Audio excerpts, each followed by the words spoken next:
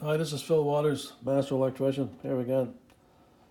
Today we're going to perform a loop impedance test on a 120 volt circuit in the kitchen. Here we have our Fluke 1654B multifunction tester, and I have the selector switch set for no trip loop test. The no trip feature enables me to safely perform a live test and prevent the circuit breaker from tripping.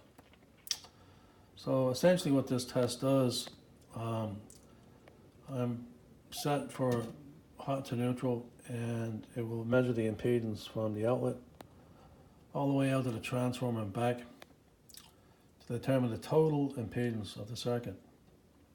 And this is very helpful to know, particularly when I'm working in a lot of older houses where the wiring is old and unsafe. This test is typically not done here in the United States, but it's done in other countries. It's required by their code. Personally, I'd like to see that change in the upcoming years. There's been a lot of problems with fires and issues with these new arc fault circuit breakers tripping. And I think the biggest part of the problem has been issues with voltage drop. So we'll go ahead and test this device and see what we have for a reading. Okay, 0.53 ohms of impedance, 232 amps available, short circuit. That's actually not a bad reading. I start to get concerned when I see the reading up over 1 ohm, which starts to affect the voltage drop.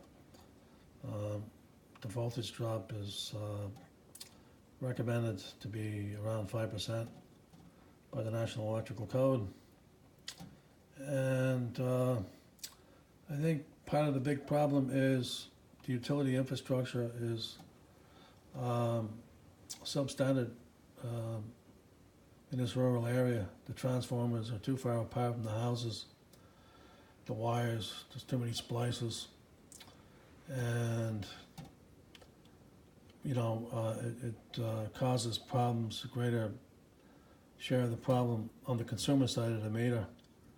So I've seen very high voltage drop readings in other parts of the houses that I've done tests on.